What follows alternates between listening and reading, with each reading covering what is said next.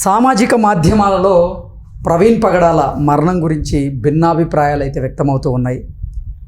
ప్రవీణ్ పగడాల అలాగే కత్తి మహేష్ శ్రీరాముని కుటుంబాన్ని దూషించిన వారెవరూ బ్రతికి బట్ట కట్టినట్టు చరిత్రలో లేదు అంటూ కొంతమంది వీరి మరణాలను ఉద్దేశించి సోషల్ మీడియాలో పోస్టులు పెడుతున్నటువంటి నేపథ్యంలో అసలు వీరు ఇటువంటి పోస్టులు పెట్టడానికి కారణం, అలాగే చనిపోయినటువంటి కత్తి మహేష్ గారు కానీ ప్రవీణ్ పగడాల గారు కానివ్వండి మత విద్వేషాలు రెచ్చగొట్టేటువంటి వ్యాఖ్యలు వారు చేసినటువంటి నేపథ్యంలో అసలు ఈ మతాల ముసుగులో ఏం జరుగుతోంది అనేది మనం పూర్తి స్థాయిలో విశ్లేషణ చేసుకుందాం. ప్రస్తుతం మనతో పాటున్నారు ప్రముఖ సామాజికవేత్త, ప్రముఖ రాజకీయ విశ్లేషకులు కృష్ణకుమారి గారు. మేడంతో మాట్లాడదాం. మేడం నమస్తే. మేడం నమస్తే. ప్రవీణ్ పగడాల గారు ఆకస్మిక మరణం చెందారు. ఆయన మరణం అందరినీ కలిసివేస్తోంది.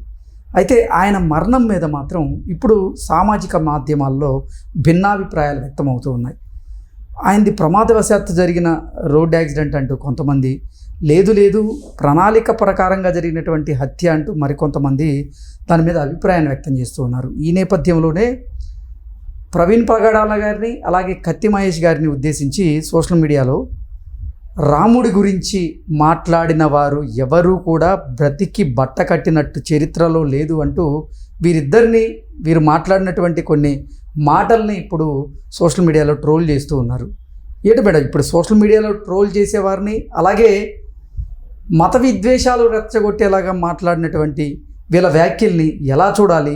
అసలు ఇప్పుడు సొసైటీ ఎలా తయారైంది అంటే ఏం చెప్తారు? ఈ మతం ముసుగులో ఏం జరుగుతుంది? అసలు మతం ముసుగులో ఏం లేదు. ఎవరికి వాళ్ళు వాళ్ళ మతాన్ని కీర్తించుకుంటూ అతీత శక్తుల్ని ఆపాదించుకుంటూ రెండో మతం మీద దాడి చేయడం జరుగుతుంది. అలాగే ఈ మతంలో వీళ్ళు ఎలా అయితే వాళ్ళ మతం గురించి ప్రచారం చేసుకుంటారో అవతల వాళ్ళు వాళ్ళ మతం గురించి ప్రచారం చేసుకుంటారు. తప్పులేదు, ఎవరి మతం వాళ్ళకి గొప్పది. అయితే ఇక్కడ ఏం జరుగుతుంది అంటే, నా మతం గొప్పది అని గొప్పగా చెప్పుకోవటానికి, గొప్పగా చేసుకోవటానికి వీళ్ళ దగ్గర వాదన లేక, పసలేక, సబ్జెక్ట్ లేక రెండో మతాన్ని తిట్టడం ద్వారా, రెండో మతంలో లోపాలను ఎతకటం ద్వారా వీళ్ళ మతాన్ని గొప్పగా చేసుకోవడం మనం చూస్తూనే ఉన్నాం. ఎక్కడైనా సరే ఒక డిస్కషన్ చూడండి, వాళ్ళు మేధావులు అన్డౌటెడ్లీ. మరి మేధావులకి ఎందుకు వాళ్ళు రీసెర్చ్ చేసిన సబ్జెక్టు వాల్యుబులే కాదని ఎవరు అనట్లా. అది చెప్పే ప్రాసెస్లో దాన్ని సరిగా చెప్పకోకుండా ఎదురుగా కూర్చున్న వాళ్ళకి కొంచెం ఏదో అంటే, నేను ఎప్పుడు చెప్తుంటా కదా, మా టంగుటూరు మిరియాలు తాటికాయలంతా అని, ఎవరికి వాళ్ళు అలానే చెప్పుకుంటున్నారు. అంటే మతాల ముసుగులో విద్వేషాలు రెచ్చగొట్టకపోతే వీరి ఉనికి ఉండదంటారా?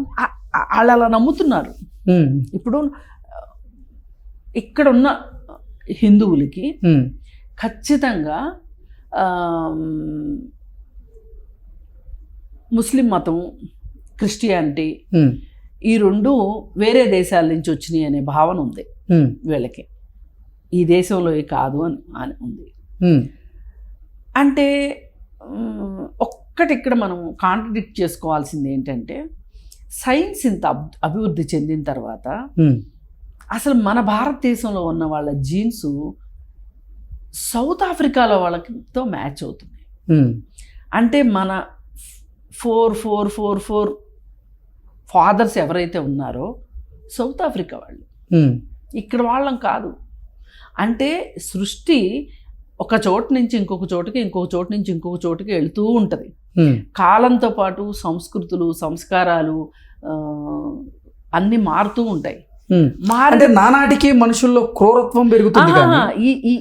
ఇది ఎందుకన్నా అంటే మేడం, ప్రవీణ్ పగడాల గారు మరణించారు. ఒక మరణించిన వ్యక్తి గురించి అలా మాట్లాడడం నెటిజన్లు చేస్తున్న తప్పైతే, నేను ఇవన్నీ జరగడానికి మూర్ఖత్వమే కారణం అంటున్నా. ఈ మూర్ఖత్వం ఎందుకు ఉంటుంది అంటే, ఇవాళ మనం సౌత్ ఆఫ్రికా నుంచి మనం ఇక్కడికి వచ్చాము, మన ముత్తవ్వలు అక్కడి నుంచి ఇక్కడికి వచ్చాము అంటే దాన్ని ఒప్పుకోవడానికి సిద్ధంగా లేరు. ఎందుకు సిద్ధంగా లేరంటే, ఇప్పుడు నేనేమంటా, నాది ద్రవిడ జాతి, ఈ దేశం ద్రవిడులది,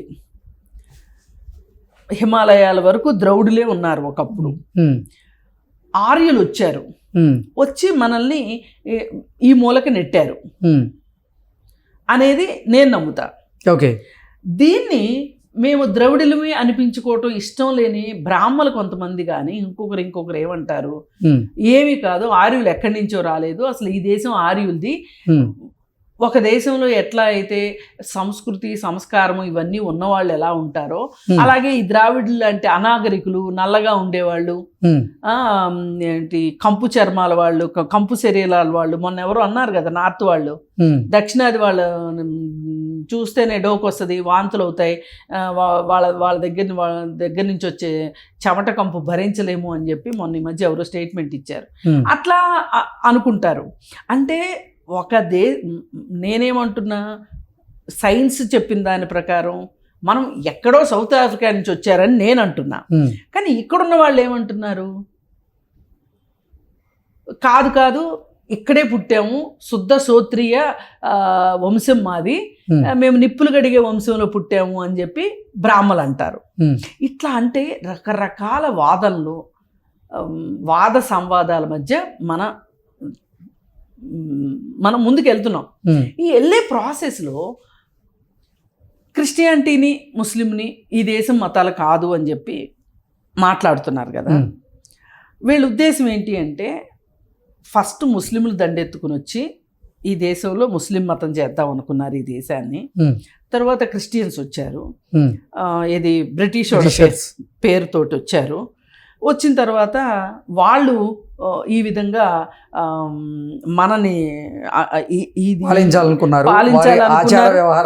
మన మీద రుద్దాలనుకున్నారు. అలాగే వాళ్ళ మతాన్ని తీసుకొచ్చి మన మీద రుద్దారు అని చెప్పి మాట్లాడుతున్నారు.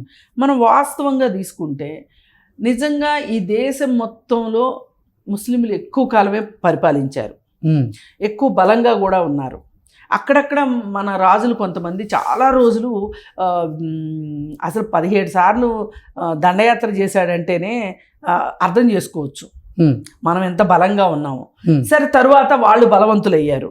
బలవంతులైనప్పుడు నిజంగా వాళ్ళు మతాన్నే ఇంపోజ్ చేయదలుచుకుంటే ఈ దేశం మొత్తం ముస్లిం దేశం అయ్యి ఉండేది. అలాగే క్రిస్టియన్స్ వచ్చారు, లేటుగా వచ్చారు. వాళ్ళు 1857 తర్వాతే కదా వచ్చారు బ్రిటిష్ వాళ్ళు. నిజంగా వాళ్ళు మొత్తం మతాన్నే రుద్దాలి అని అనుకుంటే గనక మతాన్నే రుద్దేవాళ్ళు కదా. అలా రుద్దకుండానే కదా మేము పోరాటాలు చేసింది అంటున్నారు కదా కొంతమంది. ఎవరు పోరాటం చేశారు? స్వాతంత్ర పోరాటం చెయ్యని వాళ్ళు ఈ ప్రజాకర్లకు వ్యతిరేకంగా నిజాం ప్రభుత్వంలో లేదు. మీరు ఈ కట్టుకథలు చెప్తే వినటానికి నేను కూర్చొని, నాకు చరిత్ర కొంచెం తెలుసు, మీకు తెలియదని కాదు. అసలు ఈ భారతదేశంలో 1925లో ఆర్ఎస్ఎస్ పుట్టింది. ఆ ఆర్ఎస్ఎస్లో నుంచి ఒక భాగం జనసంఘ్లో నుంచి ఇంకొక భాగం, అసలు ఇప్పుడు జనసంఘ్ లేదు, అది ఆ జనసంఘే పూర్తిగా రూపం మార్చుకుని బీజేపీ అయింది. ఇవాళ వీళ్ళు మాట్లాడే ఈ బీజేపీ వాళ్ళు ఏం మాట్లాడుతున్నారు, మేము నిజాంకు వ్యతిరేకంగా పోరాటం చేశాము, మతానికి వ్యతిరేకంగా పోరాటం చేశాము అని చెప్పారు. కానీ ఆ రోజు నిజాం వ్యతిరేక పోరాటం వీళ్ళు చేయలేదు. ఫస్ట్ పాయింట్ అది నోట్ చేసుకోవాలి. వీళ్ళు చేయలే, అది చేసింది కమ్యూనిస్టులు చేశారు. ఈ కమ్యూనిస్టులు దేనికోసం చేశారు? నిజాం ప్రభు పరిపాలించినంత కాలం పరిపాలించి చివరిలో రజాకార్ అనే వ్యవస్థని, అంటే ఈ పట్టాదారులు వీళ్ళు ఉంటారు కదా, వాళ్ళు డబ్బులు వసూలు చేసేవాళ్ళు. ఆ వసూలు చేసే వాళ్ళని పట్వారీలు, వాళ్ళు వసూలు సరిగా చెయ్యట్లేదని చెప్పి నిజాము ఒక రజాకారు వ్యవస్థని స్థాపించాడు. ఈ రజాకారు వ్యవస్థలో అందరూ ఉన్నారు. కాకపోతే ఇక్కడ వీళ్ళు ఇంత మాట్లాడడానికి ఆస్కారం వచ్చింది ఏంటి అంటే, అయితే ఈ రజాకార్ల మొత్తానికి ఈ వ్యవస్థకి కాసిం రజ్వీ నాయకత్వం వహించాడు. కానీ ఆ సైన్యంలో అన్ని మతాల వాళ్ళు అందరూ ఉన్నారు. సరే, అది వేరే విషయం. అయితే దీన్ని ఇప్పుడు వీళ్ళు ఏం చేస్తున్నారు అంటే కమ్యూనిస్టులు చేసింది రైతాంగ పోరాటం. ఇప్పుడు ఆ రోజు రైతులకి పొలాలు ఉండేవి కాదు, కేవలం పట్వారీలకే పొలాలు ఉండేవి. రెడ్లకి అంటే పెద్ద పెద్ద రెడ్లకి పట్వారీలకే పొలాలు ఉండేవి. అయితే వాళ్ళు ఏం చేసేవాళ్ళు అంటే ఈ పొలం మొత్తం నిజాం కిందే ఉండేది, అంటే ప్రభుత్వ భూమి ఇదంతా. దీనిలో ఏ ఊర్లో అయితే ప్రభుత్వ భూమి ఉందో ఆ ఊర్లో ఉన్న రైతులు పండించాలి. ఆ పండిన పంట శిస్తు కింద కప్పం కింద నిజాం దగ్గరికి పంపించాలి. ఈ పంపించే ప్రాసెస్లో వాళ్ళు కొంత కొట్టేయాలి పట్వారీలు. ఇలా జరుగుతూ ఉంది.